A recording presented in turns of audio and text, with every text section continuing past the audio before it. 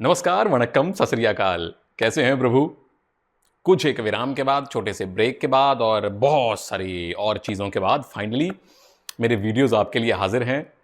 Paris Olympics आ रहा है और तकरीबन एक ही महीना बाकी है पेरिस ओलंपिक शुरू होने को। और हम सब जानते हैं कि जब 4 साल में एक बार ओलंपिक्स आता है तो पूरी दुनिया रुक कर उस महाकुंभ का इंतज़ार करती है।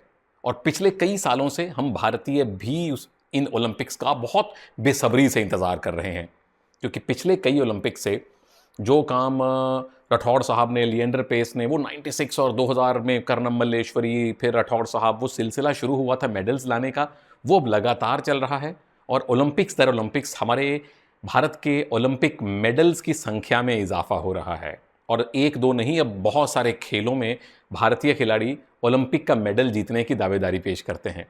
तो उन्हीं सारे खिलाड़ियों को समर्पित ये खास सीरीज़ है, जिसके हर वीडियो में पेरिस ओलंपिक्स जाने वाले भारतीय खिलाड़ियों या टीम्स के बारे में, उनकी कहानियों के बारे में, और ओलंपिक्स में क्या उनके चांसेस हैं और क्या उन्होंने अब तक हासिल किया है, उनके बारे में विस्तार से दिल खोलकर चर्चा करेंगे। इस सीरीज़ का नाम है भारत के ओलंपियंस। और आज इस पहले खास वीडियो में सबसे खास खिलाड़ी की बात होगी।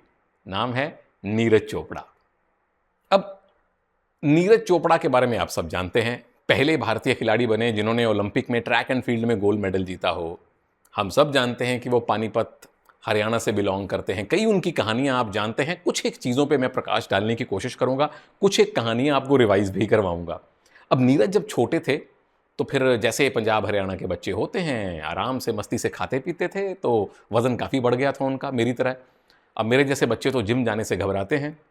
सीनियर चोपड़ा साहब ने, यानी बाबूजी ने, पकड़कर उनको जिम में भेज दिया। वो जिम में गए, खेतों में गए, और जगह गए, थोड़ा बहुत खेलना शुरू कर दिया कि थोड़ा वज़न कम हो।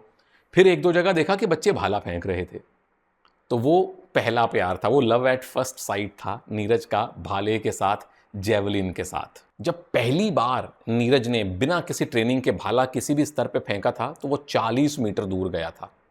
और अब उसका डबल से भी ज़्यादा। हम सब जानते हैं कि 90 के आसपास 80 प्लस 85 प्लस मीटर नीरज आराम से थ्रो किया करते हैं। पर ये सब कुछ इतनी आसानी से नहीं हुआ प्रभु। उन्होंने जब ट्रेनिंग शुरू की तो जो पानीपत में साई का सेंटर है वहाँ गए। फिर ताऊ देवीलाल स्पोर्ट्स कॉम्प्लेक्स पंचकूला, जहाँ 2 साल पहले खेलो इंडिया यूथ गेम्स हुए थे, किस किस ने देखे थे, हाथ खड़ा करो। वहाँ ताऊ देवीलाल कॉम्प्लेक्स गए। और हरियाणा में सिर्फ 2 ही ऐसे ट्रैक थे उस समय जो सिंथेटिक ट्रैक थे, जहाँ से आप दौड़कर भाला फेंक सकते थे। तो पंचकूला का ट्रैक उसमें से एक था। नीरज वहाँ गए, कोचेज़ मिले उनको, अलग अलग स्तर पे कोचेज़ मिले। अक्षय चौधरी उनके पहले कोच बने थे साई पानीपत में। पंचकूला में उनको एक नए कोच मिले। लेकिन सही मायने में नीरज को जो जेवलिन के स्पेशलिस्ट कोच पहली बार मिले थे, वो मिले थे NIS पटियाला में, जो खुद एक इंटरनेशनल चैंपियन रहे हैं, नायक साहब। कॉमनवेल्थ गेम में उनके पास ब्रॉन्ज मेडल है। पर यह यात्रा इतनी भी आसान नहीं थी। हम सब जानते हैं कि नीरज ने 2018 कॉमनवेल्थ गेम में गोल्ड जीता, 2018 एशियन गेम्स में गोल्ड जीता, 22 एशियन गेम्स में गोल्ड जीता, बीच में फिर ओलंपिक्स का स्वर्णिम इतिहास आया। पर यह यात्रा आसान कतई नहीं थी। 2015 के जो नेशनल हुए थे, सीनियर नेशनल्स केरला में, वहाँ नीरज का 5th रैंक था। 16 की नेशनल चैंपियनशिप, एथलेटिक चैंपियनशिप, मुझे याद है मैंने पटियाला में कवर की थी, वहाँ नीरज का गोल्ड था। और इन दोनों के बीच में 2016 के जो सैफ गेम्स हुए थे, वहाँ नीरज ने 82.23 मीटर का भाला फेंक के गोल्ड लिया था, लेकिन ओलंपिक क्वालिफिकेशन से पीछे रह गए। फिर एक और ओलंपिक क्वालिफायर हुआ, वहाँ भी वो ओलंपिक्स का कोटा हासिल नहीं कर पाए।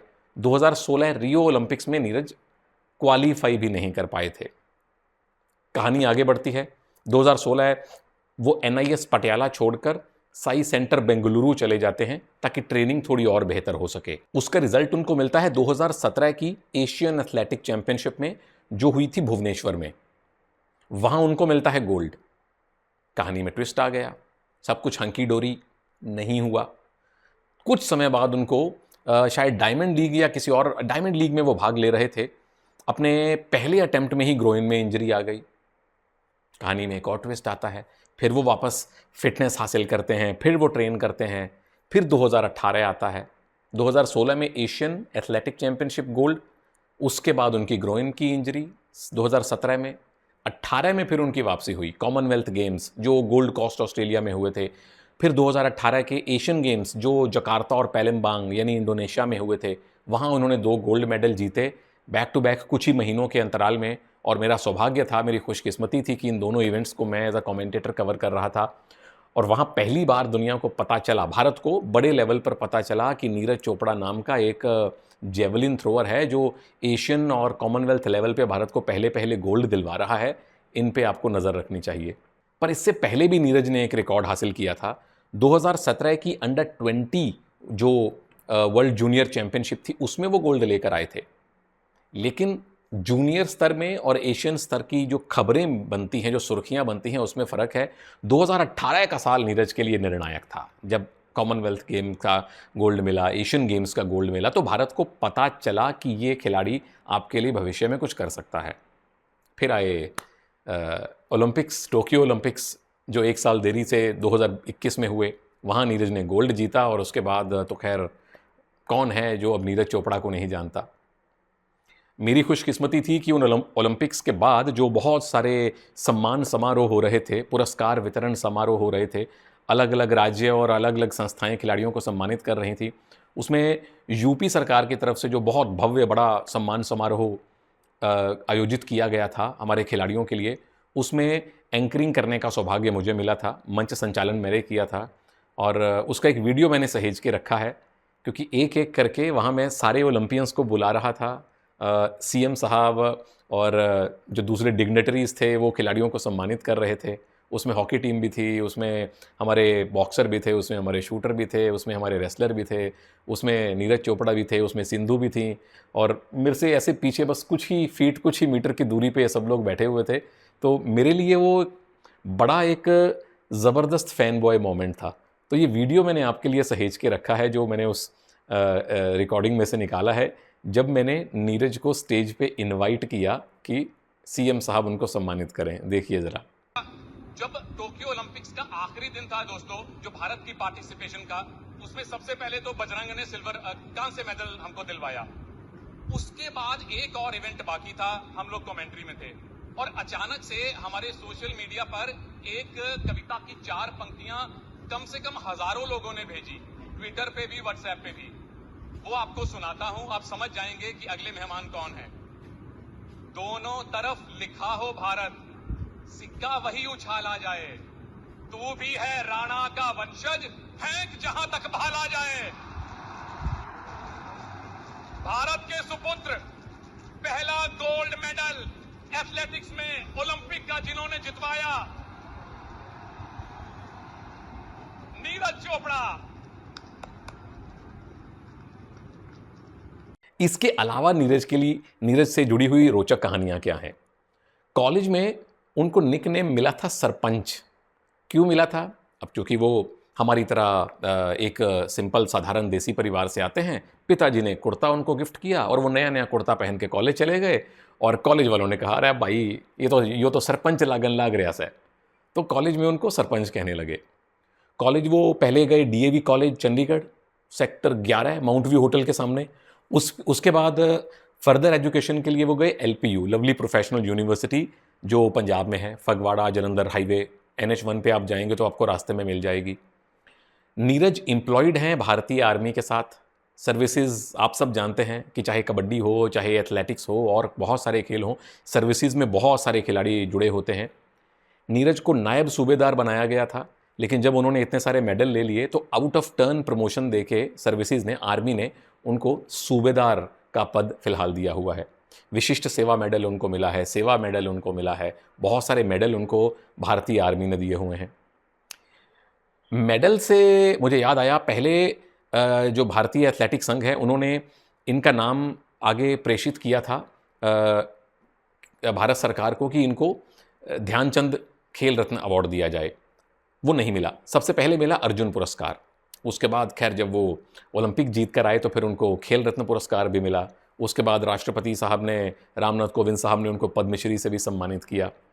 पर एक बात जो मुझे अभी तक नीरज की याद है और मैं कभी भूलता नहीं हूँ, जो अक्सर वो अपने इंटरव्यूज़ में बताते हैं, क्योंकि वो बिल्कुल देसी परिवार से आते हैं, देसी खाना खाते हैं, माँ के हाथ का बना हुआ चूरमा बड़ा पसंद है उनको। चूरी वो माँ, आप जो नॉर्थ के लोग हैं, पंजाब, हरियाणा, यूपी, दिल्ली से, वो जानते होंगे कि पराठा बना के उसको ऐसे पूरा उसके चूरा कर लिया जाता है, फिर उसमें घी और चीनी, होए होए होए खिला दो यार, तो वो उसको घी चीनी डाल के उसकी चूरी बनाई जाती है, जिसे चूरमा भी कहा जाता है राजस्थान और हरियाणा में। तो जब नीरज को पीएम मोदी साहब ने मिलने बुलाया, सारे ओलंपियंस को मिलने बुलाया, तो स्पेशली उनके लिए चूरमा बनवा के रखा गया था कि लो भाई थोड़ा सा चूरमा खा लो, डाइटिंग में फ़र्क नहीं पड़ेगा। तो ये नीरज से जुड़ी हुई कुछ दिलचस्प कहानियां हैं।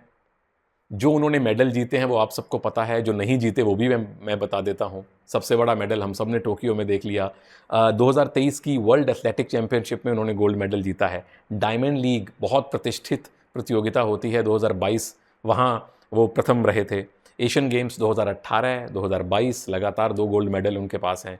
गोल्ड कोस्ट वाले जो कॉमनवेल्थ गेम्स थे वहाँ उन्होंने गोल्ड मेडल जीता है। एशियन चैंपियनशिप भारत में हुई थी 2017, वहाँ गोल्ड जीता। 2017 की वर्ल्ड जूनियर एथलेटिक चैंपियनशिप में उन्होंने गोल्ड मेडल जीता। और कोई 200-300 करोड़ दिल भी जीते थे, कुछ भारतीयों के और कुछ विदेशियों के, जब उन्होंने ओलंपिक का गोल्ड मेडल जीता।